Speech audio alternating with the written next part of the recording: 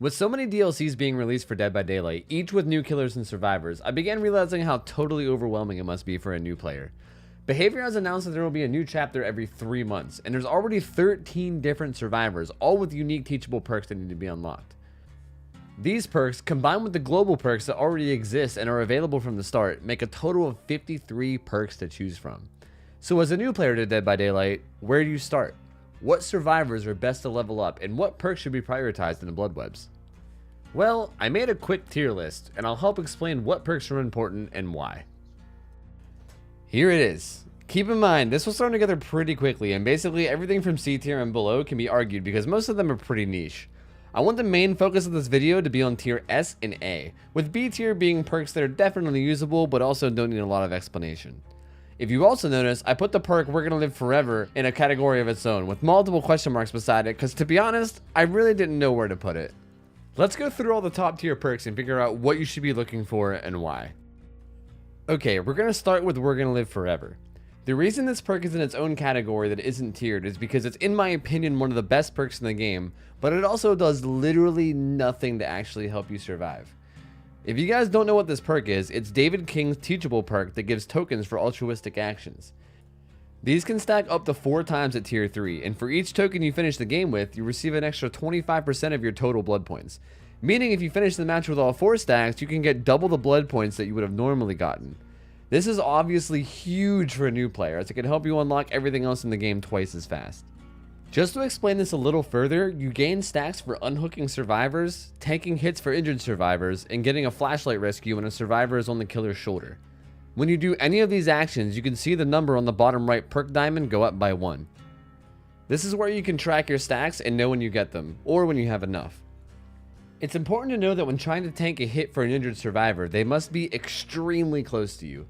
If they aren't almost touching you, you may not get the stack for it.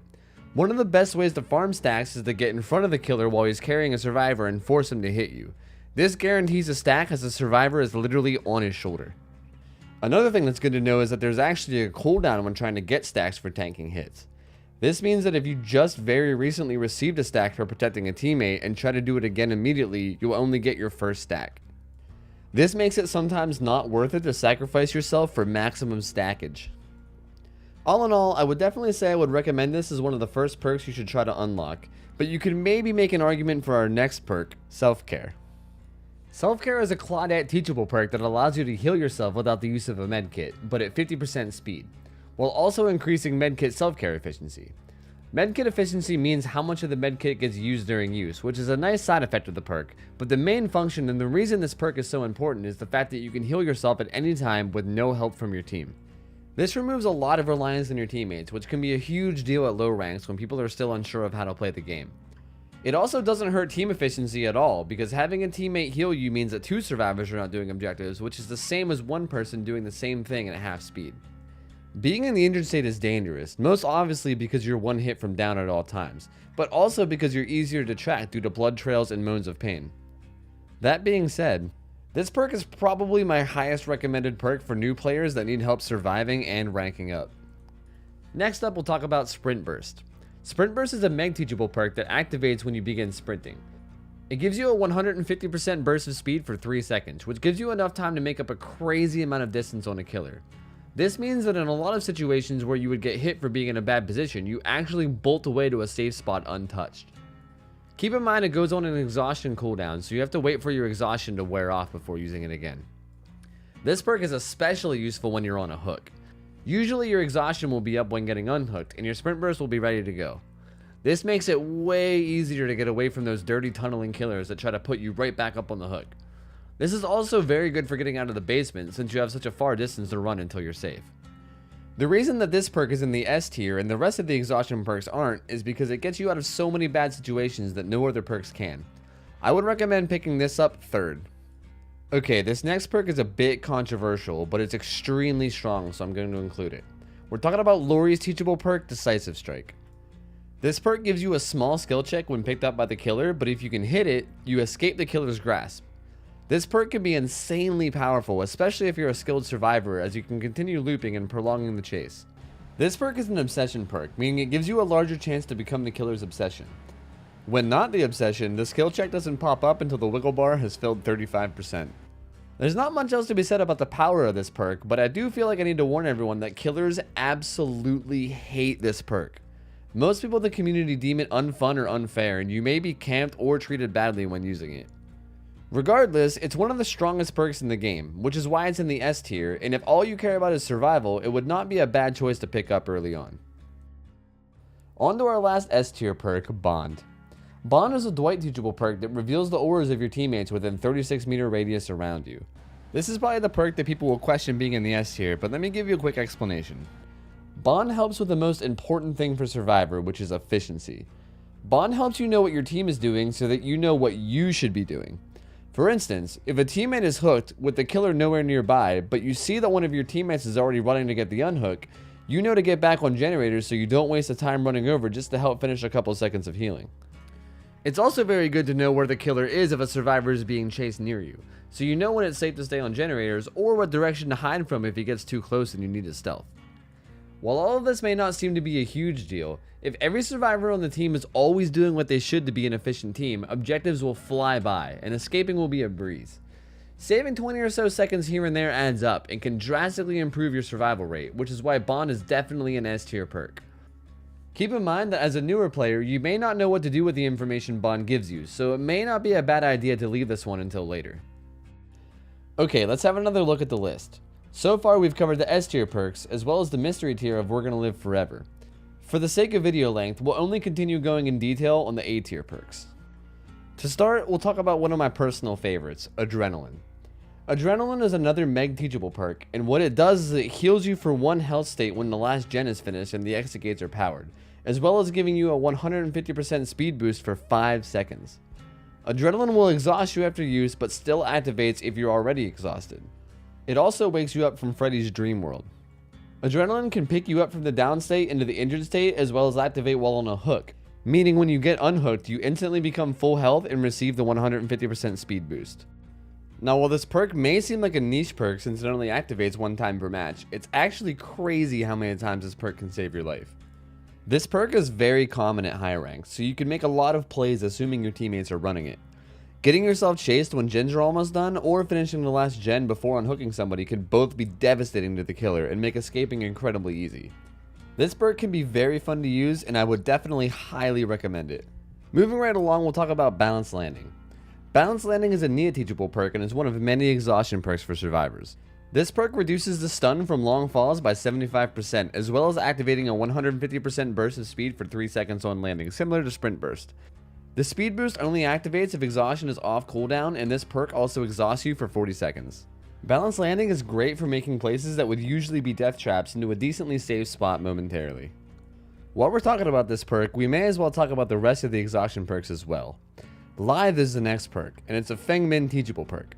Lithe activates when you speed vault a window or pallet while on a chase, and like other exhaustion perks, gives you a 150% speed boost for 3 seconds that also exhausts you for 40 seconds. This, again, can't be activated while exhausted. Lithe can be great for getting from one tile to another if you feel unsafe, or if you just want to get to a safer tile like Shack. This perk also has a lot of synergy with other niche perks, but we'll save that for another video. On to the last exhaustion perk, Dead Hard. Dead Hard is a David King teachable perk that is an activatable dash. This perk can only be activated while injured and gives you a half-second dash where your hitbox is removed and you're completely invulnerable to all harm. It's activated by pressing E and can only be used while holding shift. The same rules apply as other exhaustion perks where it can't be used while exhausted and it gives you a 40-second exhaustion after use. The invulnerability of Dead Hard means that you can dash over trapper traps or even through a killer's swing. This perk is especially strong against Nurse, as making a Nurse miss her swing will most likely trigger her blink fatigue, which will give you even more time than most other killers.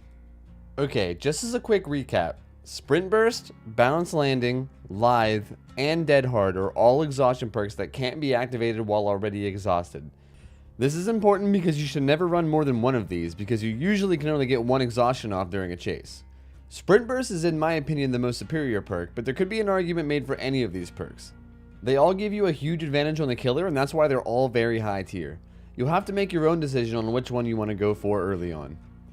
The only non-teachable perk that made it into my A tier list is We'll Make It. We'll Make It increases your healing speed by 100% for 90 seconds. This perk is pretty straightforward, but it's also very useful. This means if the killer isn't near the hook, you can speed heal the unhooked survivor twice as fast and save a lot of time. This is also very useful in basement situations. You can sometimes get a heal off before the killer returns to make sure that both survivors make it out alive. Keep in mind though that healing in the basement is always dangerous when up against a killer that can one-shot down, or a killer that can quickly burst down survivors like a huntress. We'll Make It is a great perk that's available from the start and fits into almost all builds. Alright, on to the next perk, Urban Evasion. Urban Evasion is a Nia teachable perk that makes you move 100% faster while crouched. This perk actually makes your crouch walk speed the same as your standing walk speed. This perk makes it into the A tier mostly for being the best overall stealth perk. The extra movement while being able to hide around objects can save your life in countless situations. It's actually very surprising how much of a difference this perk can make when hiding from killers, and you really need to experience it to understand just how strong it is. Urban Evasion is also incredibly strong when playing against hags as well. If you didn't already know, you could crouch walk over a hag trap and it won't trigger. This means that if a survivor is hooked and has traps near them, crouch walking into the hook to save them is the best way to do it without alerting the hag and allowing her to return. This is almost essential if the hag is playing somewhat campy. The extra speed is also useful when playing against a huntress at pallets. Ducking when she throws hatchets makes your hitbox smaller and harder to hit, so being able to stay crouched while looping or evading makes it even easier to juke your hatchets while at a pallet loop. This isn't necessarily a perk I'd go for right away, but if you enjoy stealth play style, this is perfect for you. And now we get to our last perk, Borrowed Time. Borrowed Time is a build teachable perk that gives a temporary extra health state to survivors that you unhook within terror radius of the killer. If the survivor would be down within 15 seconds of the unhook, they instead get put into a black and white bleed out health state for 25 seconds. If they don't heal for a full health state before the timer runs out, they get put into the dying state, but healing also stops the timer. This is the single best perk in the game for helping to deal with camping and tunneling killers.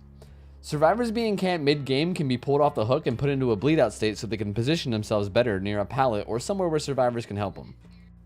Even better is after the exit gates are powered, you can pull a survivor off and they can use the burst of speed from the hit to make it to the exit gate before the bleed out timer runs out.